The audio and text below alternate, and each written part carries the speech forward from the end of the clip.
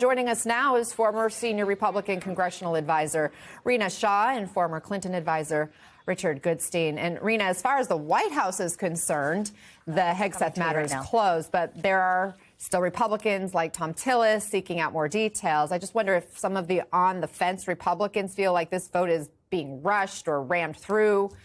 Could it backfire for President Trump? Well, that is what I'm hearing right now from Republicans who feel sort of like this is not the pace at which they feel comfortable with. From the Senate side, you do see people want to exhibit that caution, that restraint when going for some nominee that has a complex background like Hegseth. You know, complex is putting it as an understatement here. It seems like there's been a steady drip drop of information. And of course, his attorneys will say, and anyone defending him will say, people in his past have an axe to grind. But I think it's more problematic than that. When we're asking this man to come from the private life to a public life and lead the greatest military in the world, we've got to make sure he's a man of great character, integrity, but also doesn't have these kind of modern day issues that could seep into leadership and change military culture. So that is, again, what's being whispered about right now. But the words out of some of these senators' mouth are also that they understand the outsized role that J.D. Vance will have to play and that he should be ready. So it's a moment in which I think I'm very sad that the pace is so fast here, because I think this one is way more complex than any other nomination we're looking at. Still, Collins and Murkowski are no votes. Tillis voted to proceed, Senator McConnell as well. Here was Trump's assessment last hour.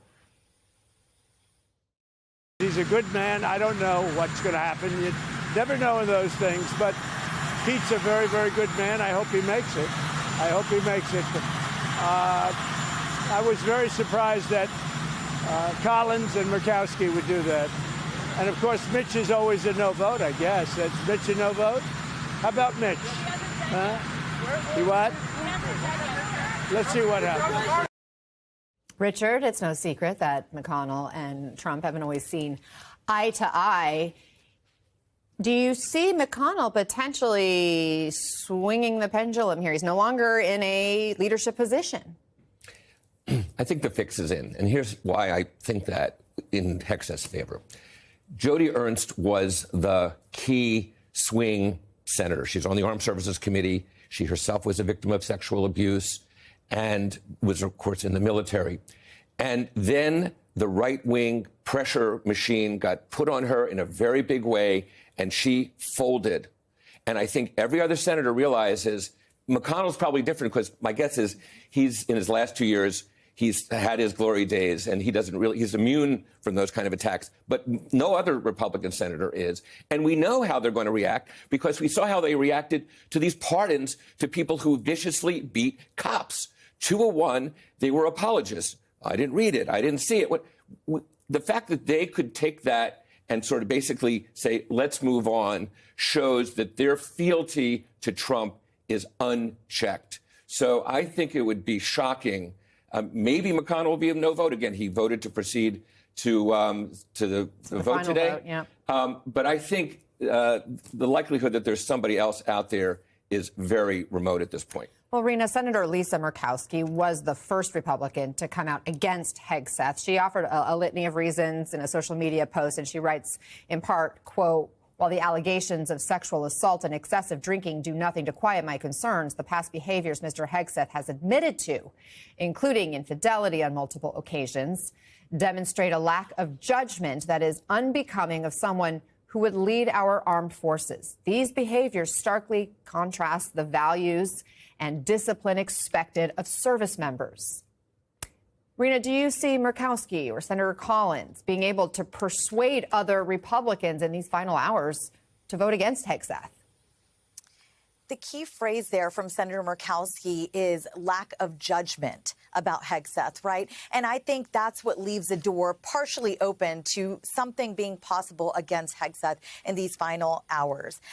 Look, it's really important to really dice apart why it's important to really, I can't put it any greater way, to really reject what I think is a culture of violence against women, women not being believed. We know that military culture has had ills in it like this in the past, but I want to offer something a little different here. And on the political side, we know that Hegseth, there are numerous millions of Americans out there looking at this man and saying, if he gets confirmed, it shows that bad guys can win, bad guys with bad personal lives, right?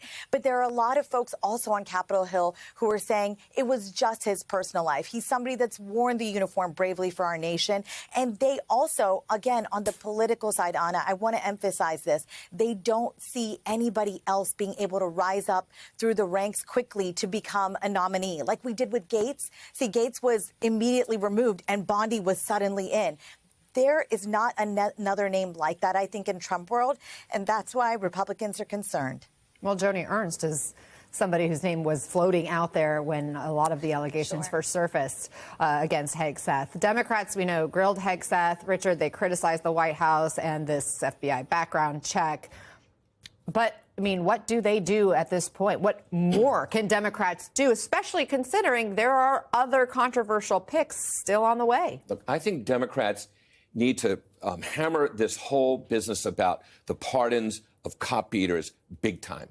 We saw when the Afghanistan withdrawal happened, Biden's numbers kind of tanked and kept going down. I think that if Democrats play this pardon issue, the public is dead set against what Trump did. And it's out there. We saw the videotape. Everybody's seen it and is nauseated by what these people did. And the notion that they could be lionized.